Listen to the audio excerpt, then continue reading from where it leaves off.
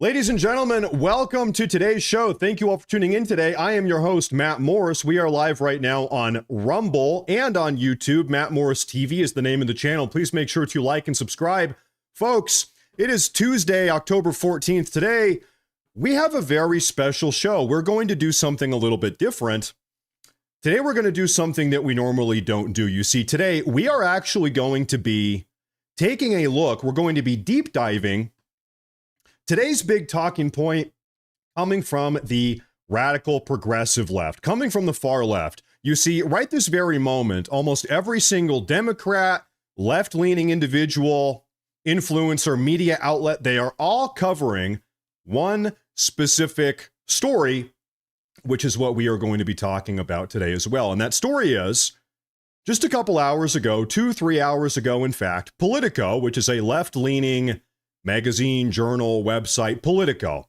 They released what they are calling a bombshell report in which they spent months, 7 or 8 months, in fact, infiltrating a young Republican, young up-and-coming Republican chat group, a Telegram chat. It's like a text message group in which there were several young up-and-coming Republicans.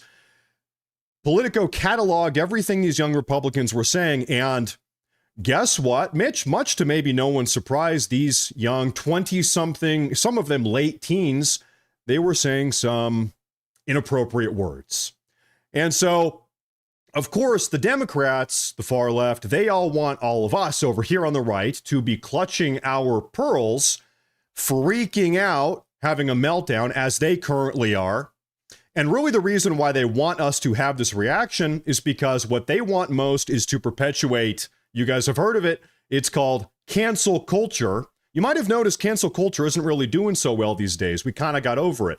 They want to bring it back. They want it to be alive and well. And really the reason why they want to bring cancel culture back is because they can use this as a bludgeon, as a tool, as a weapon with which to destroy the lives of every single person that they don't agree with. And so today, like I said, we are going to be doing something crazy. We are actually going to be intimately interacting here with what can only be described as a radically progressive hit piece, as a piece of radically progressive propaganda. And we're going to read through this. We're going to break it down bit by bit. And of course, don't worry, you guys are here with me. We're all here together. We are going to rip this thing apart, because I'm telling you, this is hot off the press, and this is as far as the radical progressives are concerned, this is the biggest news in the world. They don't want us talking about anything else. They want us talking about this. Okay, well, you know what? We will. So, ladies and gentlemen, without further delay, we are going to get into this and break this down. Everybody, by the way, I have to say, please go ahead and bear with me. We're going to read through this entire article. We're going to break this down. We're going to touch base with what everybody is saying about this. We're going to rip this thing apart. And by the way, this broadcast today, I think it's safe to say, is going to get increasingly spicy the longer the broadcast goes on. So everybody buckle up. Here we go. We're jumping right into the show, everybody. Thank you for being here. Make sure to like and subscribe. Let's get right into it. This is the Politico hit piece right here. Exclusive. Published just a couple hours ago. Thousands of leaked messages show leaders of young Republican groups joking about gas chambers, slavery, and sexual assault in a private Telegram chat. Inside rising GOP leaders' racist chats obtained by Politico and spanning more than 7 months. Like I said, these Politico reporters, these investigators, they were embedded in this group. There was some blackmail in order to get these messages released, but here they are. And you know what? Let's go ahead and just break into this. Now, I've uploaded all the key images here into my own private document just because I don't want to give Politico any attention. So here's where we are. This is the title of their article. The title of the article is called, quote, "I love Hitler. Leaked messages expose young Republicans' racist chat." Thousands of private messages reveal young GOP leaders joking about gas chambers, slavery, and sexual assault. because I can't say the other word. And then they include a series of images here. Like I said, folks, we're going to break all this down. Bear with me. Do not worry. Here are some highlights that they have extracted for us. Everyone that votes no is going to be in the gas chamber. When do we bring this out? You're giving nationals too much credit and expecting the Jew to be honest. Also, we are officially under consideration for a Trump endorsement. Great, I love Hitler. He also hates Jews. Listen, do you guys mind if I swear? Can I swear during this broadcast, or do I need to censor myself? I'm not going to say any of the crazy words, but they said, kick this B word. I'll try to not swear for you guys. They said, stay in the closet. F word. Okay, well, let's break down this article. Let's go ahead and go through this, ladies and gentlemen. New York, leaders of young Republican group throughout the country worried what would happen if their Telegram chat ever got leaked, but they kept typing anyway. They referred to black people as monkeys and, quote, watermelon people. That's terrible. And mused about putting their political opponents in gas chambers. They talked about sexually assaulting their enemies and driving them to take their own lives, and lauded Republicans who they believed support slavery. Okay. William Hendricks, the Kansas Young Republicans vice chair, used the word N-word, the soft A, not the hard R, and another form of the N-word that is also not the hard R variation of the racial slur, more than a dozen times in the chat. Bobby Walker, the vice chair of the New York State Young Republicans at the time, referred to R-wording somebody as, quote, epic. Peter Gunta, who at the time was chair of the same organization, wrote in a message sent in June that, quote, everyone that votes no to this is going in the gas chamber. Gunta was referring to an upcoming vote on whether he should become chair of the Young Republican Federation, the GOP's 15,000-member political organization for Republicans between age 18 and 40 years old. Now, I want to pause. I want to say something real quick, because already I need to address something I'm seeing in the live chat. I'm seeing some people say that these messages are fake, that Politico is faking these messages. Now, I just need to be honest. These messages are actually real in the actual article themselves, itself. They have photos of the people that were posting these messages. In fact, some of the people that were posting the messages actually have come out and apologized. They've issued their own public statements. These messages are actually real. Now, here's the argument. This is why today's show, like I said, is going to be controversial. Because today, on today's broadcast, I'm going to be making the argument that, frankly, I don't really give a shit. That's my argument, and I think we're going to go over that pretty well.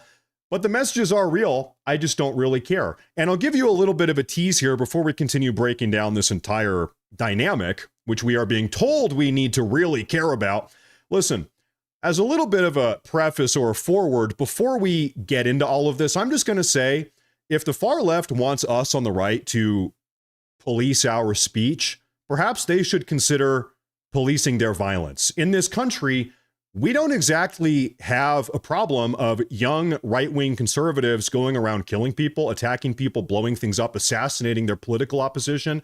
That seems to be a left-wing problem. We don't have any right-wing terror groups assaulting ICE officers and beating the shit out of journalists. We don't have that problem. This is not something right-wing people do. This is a left-wing violence problem we have. The entire left-wing establishment has turned a complete and total blind eye to the ongoing radical far-left violence that is still happening in this country at this very moment. But you expect me, Mr. Far-left radical, Mr. Democrat, you expect me to care about jokes that a bunch of 20-something young adults, some of them are teenagers, are making in a private group chat that you infiltrated to try to blow up their spot? You expect me to get upset about that? If you want us to police our speech, why don't you try policing your cities? Why don't you try policing your illegal aliens? Why don't you try policing Antifa, all of the domestic terrorists? Why don't you try policing anything? Why don't you try policing members of your own party that are engaging in violent rhetoric? We all saw, listen, Charlie Kirk would have turned 32 today. Today's his birthday. Today he received from President Trump the Presidential Medal of Freedom, God bless his soul, he was assassinated by a member of the far left. If you want us to police our speech, you should consider policing your violence. You want to talk about speech? How about for the last 4 weeks, I have seen hundreds, thousands, tens of thousands of members of the far left that have been celebrating the death of Charlie Kirk, that have been wanting more death. They've been wanting more violence. They've been wanting more political assassinations. How about if you want me to talk about these young or to condemn these young conservatives making jokes in a private group chat, maybe you should condemn some of the violence and actually try policing something. Now let's keep on reading here, because this is the very beginning. We have a lot to talk about, folks. Today is going to be a big day. Quote, the article goes on to say, I'm going to create some of the greatest psychological torture methods known to man. We only want true believers, he continued. 2 members in the chat responded, everyone that votes no is going to the gas chamber. And everyone that endorsed but then votes for us is going to the gas chamber. When do we start the bullying? We have 3 solid people who can have them want to jump. If they vote for us, why would they be gassed? When do we... Okay, so they're just... I've got to say something here. Can I say something here? Has anybody here ever either been a young man, or has anybody here been the parent of a young man? Maybe you're a woman. Have you ever raised a young man? Maybe I hate to dismiss this, but there is a certain thing, as President Trump said a couple years ago, he said locker room talk. If you've ever spent time around young men, this is kind of just how young men talk, especially these days on the internet. Especially if you're a 19-year-old, 20, 21-year-old young man on the internet. This is just kind of young male rhetoric, even before the internet existed. This is just kind of how and by the way, for better or for worse, you can make an argument for worse. This is kind of how young men talk. In fact, I'll tell you something. As I was putting the show together earlier today, I saw people liking some of the tweets I made about the show, some of my comments on this entire dynamic, and I saw so many women, actually women that are following my Twitter page. I click on the profile, and it says mom of 2 boys, mom of 3 boys, mom of 2 boys. I've got 3 sons. I'm looking at the profiles of some of the women, their mothers that are clicking my profile, liking the tweet, and it says mother of 2 boys in the profile. And it's like, okay, yeah, I know. Okay, you know, you're a mom. You've got 2 boys that are 19 or 20 years old. You know, you know how they talk. And so here we go. I'm going to keep reading through this.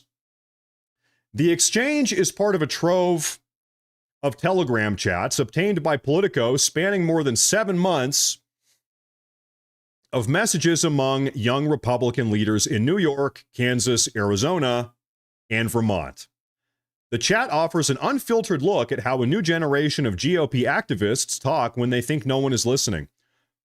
Wonder how members of the far left talk when no one is listening. I wonder how members of Antifa talk in their private group chats. I wonder.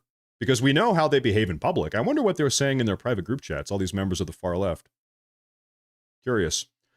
The article goes on to say, 2,900 pages of chats shared among a dozen millennial and Gen Z Republicans between early January and the middle of August chronicle their campaign to seize control of the National Young Republican Organization on a hardline pro-Donald Trump platform.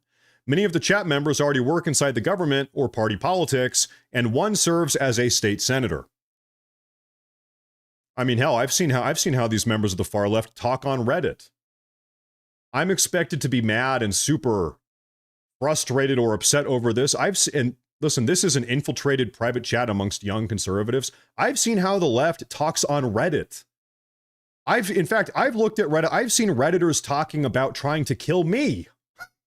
I seriously, you go look it up. There's Redditors trying to talk about, you know, celebrating the death of Charlie Kirk, trying to kill me. I've seen that. I've gotten threats. Trying to kill Asmongold. We've seen it all. We've seen it all. And I need to be super upset about this, though. This is very concerning. Together, the messages reveal a culture where racist, anti-Semitic, and violent rhetoric circulate freely, and where the Trump-era loosening of political norms has made such talk feel less taboo amongst those positioning themselves as the party's next leaders. 251 times. Mixed into formal conversation about whipping votes, social media strategy, and logistics, the members of the chat slung around an array of slurs, which Politico is publishing to show how they spoke. Epithets like the F word, the homophobic slur, retarded, and the N word with a soft A and not a hard R appeared more than 251 times. Well, I have never heard of a young man saying the F word or calling somebody retarded or saying the N word. Good Lord. I'm 31 now. When I was 20, I most certainly never said any of those words, ladies and gentlemen. I would have never. We'll keep reading here. In one instance, Walker, who at the time was a staffer for Ort, talked about how a mutual friend of some in the chat, quote, dated this very obese Indian woman for a period of time. Ginter responded that the woman, quote, was not Indian. Well, she just didn't bathe often, said Samuel Douglas, a state senator from northern Vermont and the head of the state's Young Republicans, replied Gunta. In a separate conversation, Gunta shared that his flight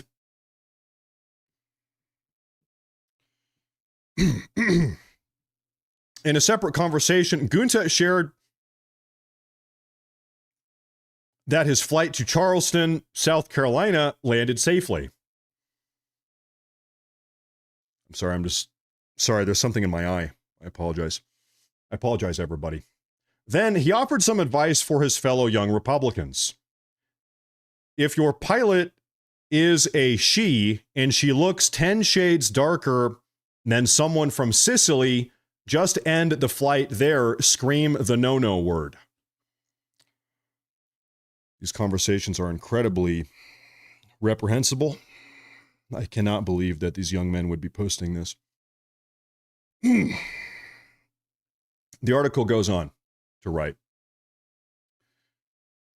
the private rhetoric isn't happening in a vacuum.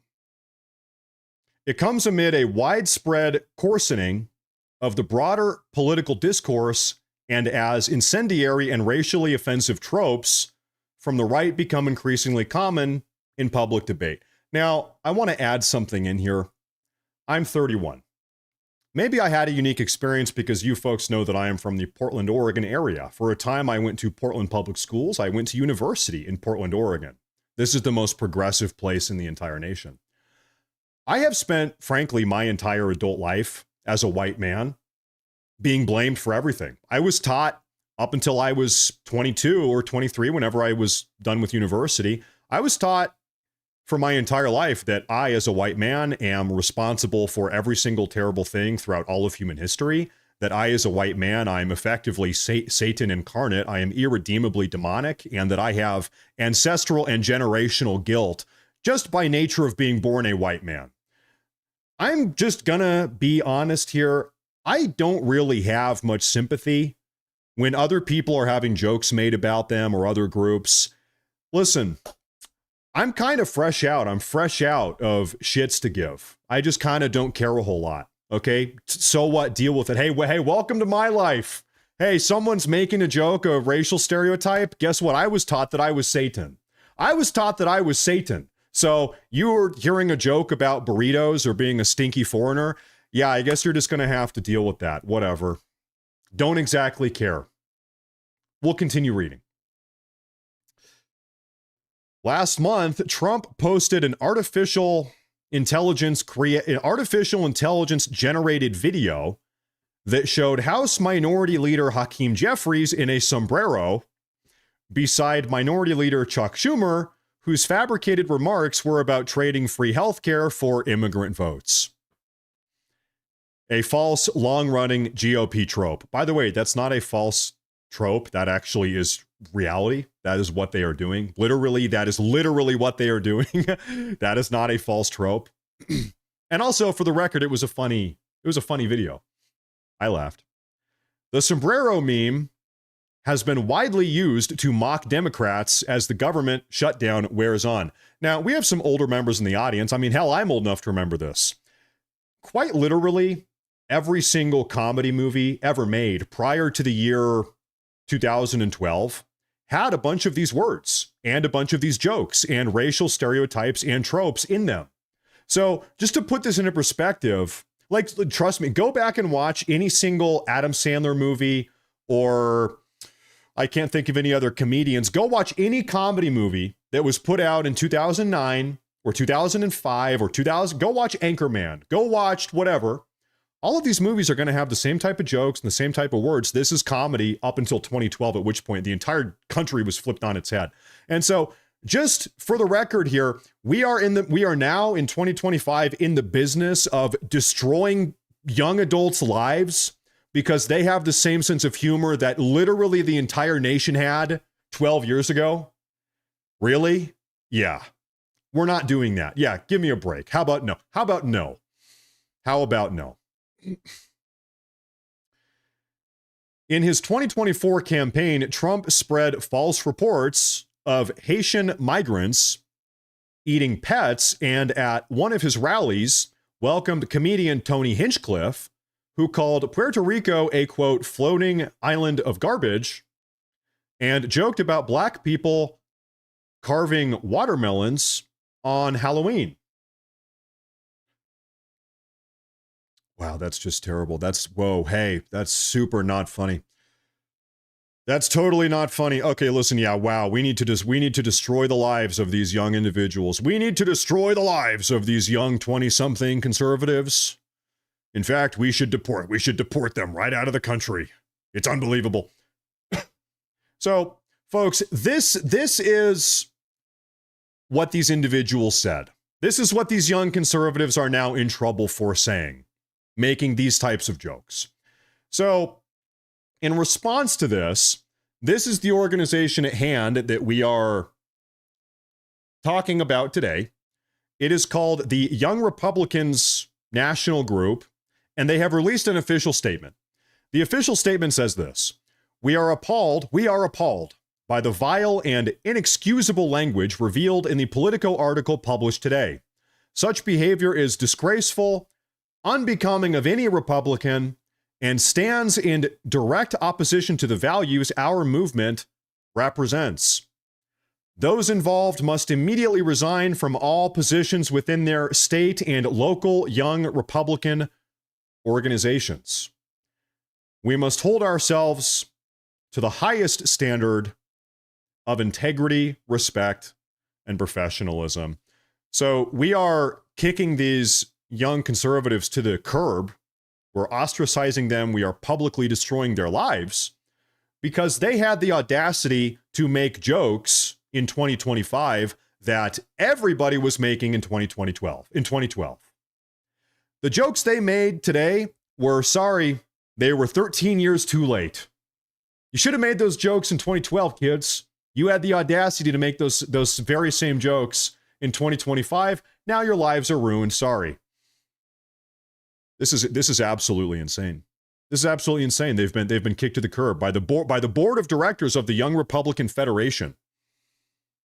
Pathetic. It's absolutely pathetic. I want to read some of the comments here. I want to show you what some people are saying here. I said pathetic. Jasmine Keith says nobody cares, and if they do, they are lying. This is pathetic. Absolutely pathetic. Who gives a crap? Man up. Democrats running for attorney general and other high-level positions are calling for their opponents' children to be executed, and the Democrats are standing by them. You want to expel young Republicans for edgy humor? Go F yourselves. I want to take a look at what some more people had to say about this. I'm just kind of, checking the temperature here. Let's see what everybody has to say. There needs to be a unified message that this stuff doesn't work anymore. We don't care about people making jokes in private. The left wants us dead. They have no moral high ground to stand on. We have no reason to listen to their whining. Is that true? True. Never, never, never apologize ever to these people. Is that true? Milo Yiannopoulos. Get used to it. This is the world that you made. Somewhat true. We don't give a shit. We stopped giving a shit when you shot a dude in the neck in front of his kids and have a dude actively running for office after fantasizing about killing children. That is true. All of these things are true. They must think it's still 2016. No one cares, Politico. Zoomers don't give a single F about your thought policing. True. Cassandra McDonald. Anyone disavowing these people is a weak loser. The Virginia Democrat Attorney General candidate fantasized about killing conservative children across the country. Don't apologize or disavow shit. This is about where I am. Listen, like I said, if you want us to speech police over here on the right and disavow language like this, you should start policing violence on the left. You should start disavowing violence on the left. The day after Charlie Kirk got assassinated, I saw tens, dozens of prominent left-wing political figures, commentators, politicians themselves saying, yeah, it's not a good thing that Charlie Kirk got shot, but he kind of deserved it. But yeah, political violence is not cool, but Charlie Kirk was a Nazi, fascist, white supremacist, racist, so he kind of got what was coming.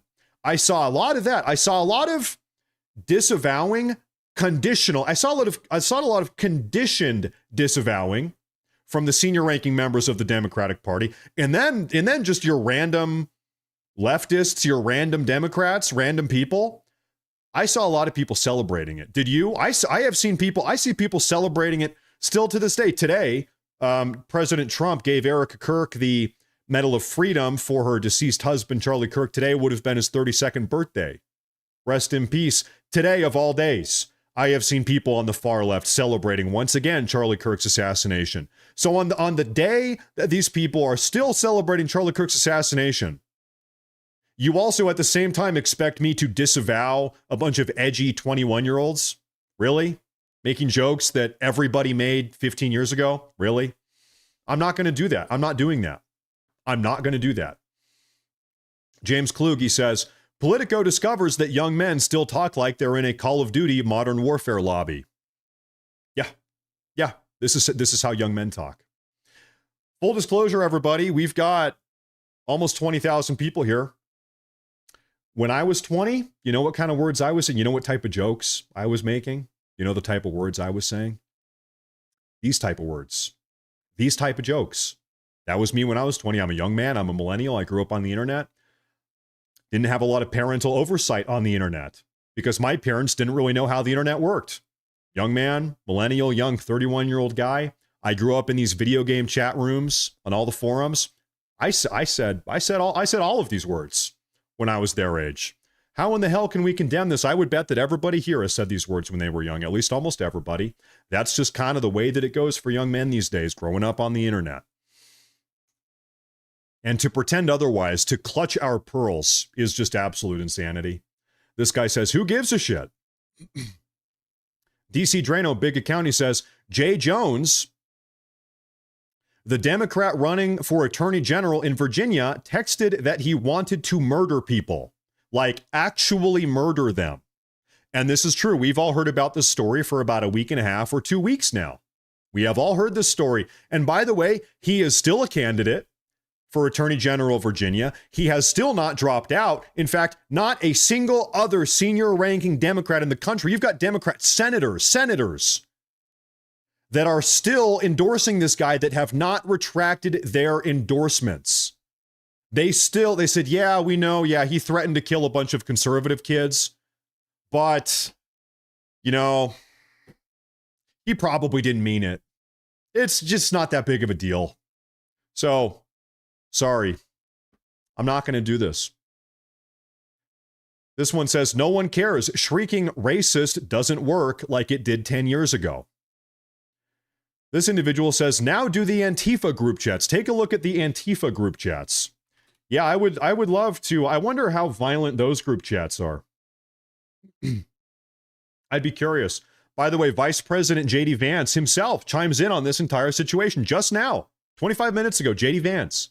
He says, this is far worse than anything said in a college group chat, and the guy who said it could become Attorney General of Virginia, Jay Jones. I refuse to join the pearl clutching when powerful people in this country call for political violence. There's our vice president. There's our vice president. Thank you. Because I started this broadcast. I hadn't seen this. I thought maybe I was being a little bit too extreme. No, I'm not. I am not being too extreme. I'm not being too callous here. Thank you, JD Vance, for backing me up on this. It's insane the hypocrisy that is going on. Jasmine Keith, I love it when like regular mom is saying this. Breaking, she says, breaking. Young people are making inappropriate and controversial jokes when they think nobody is looking. Yeah. Yeah. That's true. That's what they do. Yep. Man, I'll tell you guys shouldn't hear the jokes I make in private with my wife. Man, I'd be in big trouble. Listen, I'll tell you what, there's only one person that could really ever cancel me, and that's my wife. If she ever, if she ever goes public with the jokes that we make in private, man, I'd be in hot water. But she makes them too, okay? So it's mutually assured destruction, sweetie, okay? Mike Cernovich here chimes in. He says, young Republicans blowing off steam in immature group texts isn't in the same universe as powerful Democrats fantasizing about killing kids. Couldn't give less of a crap about this nonsense. See what I'm saying? Red Eagle Politics on Twitter, he says, what makes the comparison even worse is that Republicans are literally willing to kick college kids to the curb over being edgelords in a private chat, but Democrats will still enthusiastically support Jay Jones' candidacy to lead a state's Justice Department.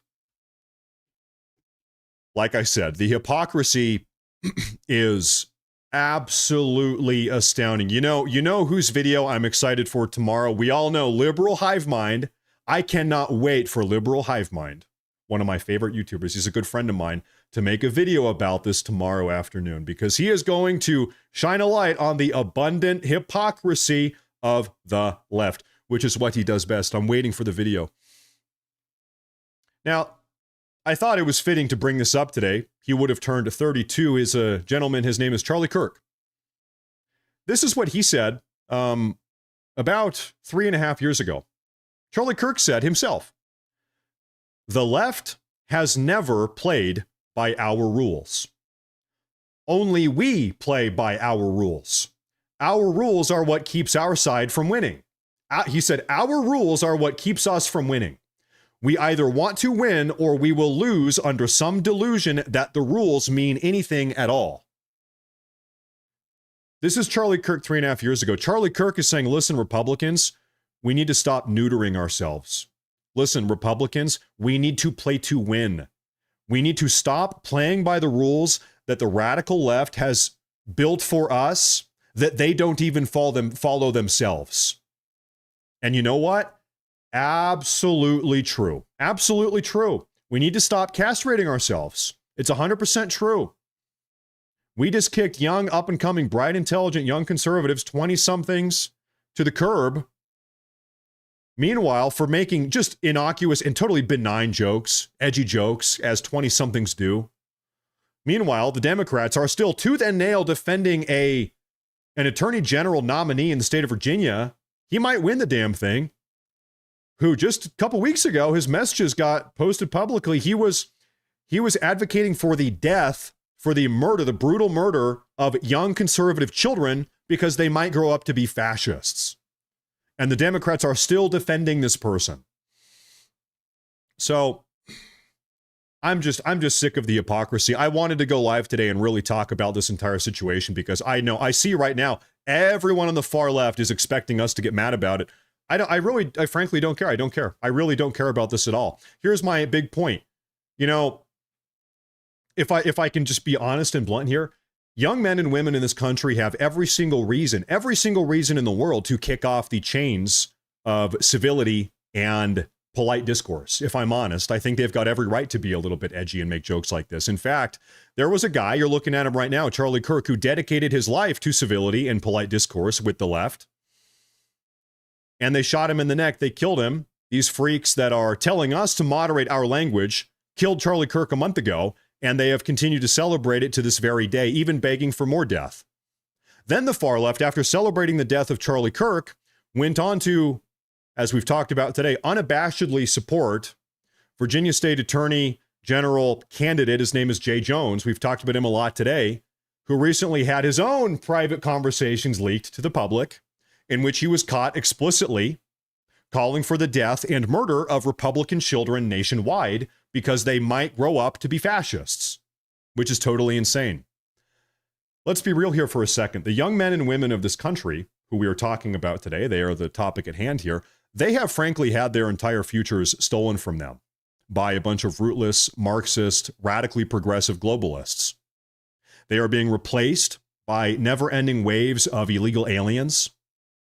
The keys to this nation have been handed over to a bunch of far-left, radical, progressive, communist globalists and illegal aliens. If you are a young American right this very moment, it has your future is gone. It's incredibly difficult to become successful in this era as a young adult. It has never been more expensive to buy a house or to pay for university education or to buy a car or to afford a stay-at-home mom and raise children of your own. Like I said, these young adults, they've got every reason to kick off the chains of civility and say whatever the hell they want. Everything has been robbed. If anything, we should not be condemning these young adults for being a little bit too out there. We should be apologizing to them for not giving them the country that was given to us. We are giving young Americans a country in worse shape than the country that was given to us years and decades ago. We have taken the country, allowed it to become worse, and we're giving it to them. They've got every reason to be pissed off and say some edgy words and be a little bit controversial. It doesn't bother me at all. And then we're expected to sit here and wag our finger at them when they're being a little bit too edgy. I don't think so. I'm not going to do that. Not only am I not going to condemn these young conservatives, I won't even blame them at all whatsoever. Here's what I would say. Once again, I'll pass it back to the progressive left.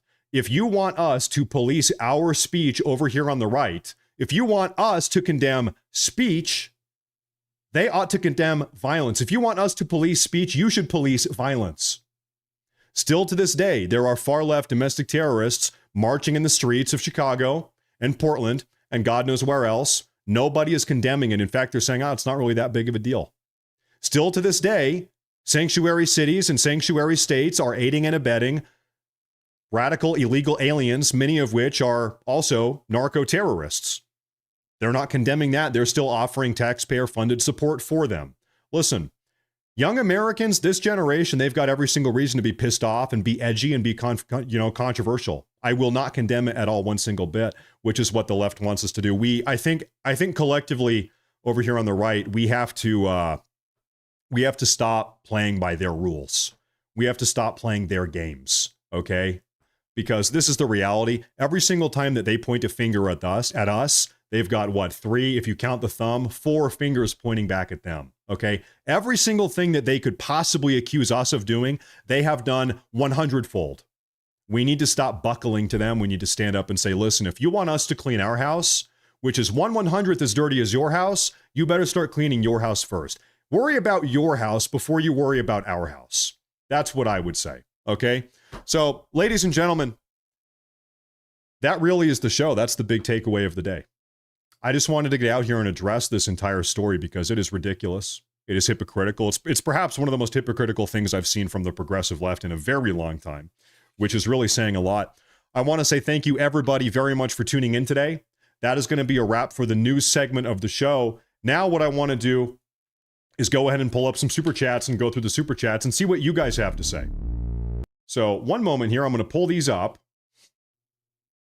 We got through that. I thought that today might be a little bit of a controversial show. I don't know. Maybe some people don't agree with me. Maybe some people in the audience do think that we should be crying and clutching our pearls and condemning everything bad that happens, or we should be condemning a little bit of edgy or silly language. Maybe some people do think that. I'm over it. I'm over it. I'm totally over it. I could not give less of a shit. Don't care. I'm more worried about the actual violence. I'm not really worried about the jokes and the words. I'm worried about the actual violence and the calls to violence in this nation. Now, I'm trying to pull up the super chats here. All right. I'm going to put these up on the big screen. I'm going to take a look at what everybody here has to say. We start right here. This is from Bill Burchett. He has a $2 super chat. Thank you very much. I want to say thank you, Bill. BG says, obese women are a national threat to our healthcare system. Put the cookies down for America. Thank you, BG. I appreciate that. Hey, I appreciate that a lot. Thank you very much. Okay, everybody stop eating cookies for the day. Connor says, Tropic Thunder is a great example of how good comedy movies used to be. It's just this shifting standard that is just so annoying. Just so annoying. Thank you, Connor. Wrath of Paul, he says, me and my buddy used to say horrible stuff to each other on AIM, AOL Instant Messenger, back in the day, but we didn't really feel that way. They were just jokes. Young men love to say offensive stuff just because. Well, and you know what? If you raise an entire generation of young men telling them, don't say that, you can't say that, you can't say that, it's kind of in the nature of a young man to say it. They're going to say it. Whereas if you just kind of remove the taboo and you make it less of a big deal, then you might notice people stop almost like acting out in that way because it's not really a big deal. The taboo's been taken away. So if everybody would just stop freaking out and stop clutching their pearls, I actually think the behavior would diminish in large part, honestly, because I think a lot of what motivates the behavior is that it is taboo in the first place. This is just kind of the psychology of a young man. I think a lot of us have been there. Moving on. Thank you very much. The Unironic Safari says, by apologizing, they admit that they did something wrong. Yeah, I mean, also, we need to stop giving an inch to these far left radicals. We need to give them no quarter. If we give them an inch, they will come back for a foot. Then they'll come back for a yard. Then they'll come for a mile. We cannot, listen, you need to remember, these people are violent. These members of the far left that are trying to pull this whole stunt right now, they want us dead. Do not forget that. They wanted Charlie Kirk dead. They've been celebrating Charlie Kirk's assassination. They have been talking about who they're going to assassinate next. They have been defending a violent would-be Attorney General, Jay Jones, in the state of Virginia, who just not too long ago was talking about murdering a bunch of conservative children. These people are violent. These people are dangerous. These people want you dead. Why in the living hell would you give them a damn thing? They would, listen, if you were, I don't know, they could not be happier to piss on your dead body. Let's be blunt. I'm not going to give them anything. I'm not looking for bipartisan anything with people that want me dead. I'm sorry, I'm not. Boy, he says, no left Twix, only right Twix. I'm not sure what that means, but thank you very much. And then there's one more super chat of the day. Revive Studios, thank you very much. He says, imagine making excuses for people burning down cities but crying about kids being kids. Yeah. The same people that are pretending to be super upset about this rhetoric coming from these young adults, they are denying that Antifa even exists. They don't even acknowledge the existence of these problems. It's just absurd. Thank you very much. One big final super chat from Nikolai. He says, the left caused a problem and wonder why we address the problems. Also, they have manipulated us young Westerners for decades. I'm actually happy to see it. I think that a lot of young American men, especially some women, they're just bucking the programming. They're just saying, listen, I'm not doing it. No, I'm not. In fact, I think there's even a little bit of a pendulum swing, a knee jerk going back the other way. They're saying, not only am I not doing this anymore, I'm going back the other way. And in a lot of ways, I love to see it. I love to see it. I think the era of young white men being taught to hate themselves just by nature of being white, young Americans being taught that they are irredeemably evil just by nature of being American. It's over. It's done. People, we are not playing those games anymore. And it's a good thing. It's a great thing. Nightcore Gamer, by the way, thank you very much, says, I've lost a few friends over edgy jokes. I left a friend of 4 years because she was upset about the attempt on Trump failing. Hypocrites. They are hypocrites. They are. Ladies and gentlemen, thank you very much. That is going to be a wrap of today's show. It was a controversial one. We'll see how it does. Thank you, everybody, for tuning in today. Really, sincerely, thank you for being here. Everybody on Rumble, Matt Morris TV, and on YouTube, Matt Morris TV. Everybody make sure to like and to subscribe. We'll be back tomorrow. We'll be back tomorrow with more news, and we're going to be covering the fallout of this entire story. The radical left, they are going crazy over this, but we got to get out ahead of it and set the record straight. We do not care. Get over it. You want us to condemn speech? You should start condemning violence. How about that? That's my final takeaway. Thank you, everybody, for being here. I'll see you folks tomorrow. Everybody have a great evening. Have a great morning. God bless. Thank you for tuning in. And of course, as always, stay safe.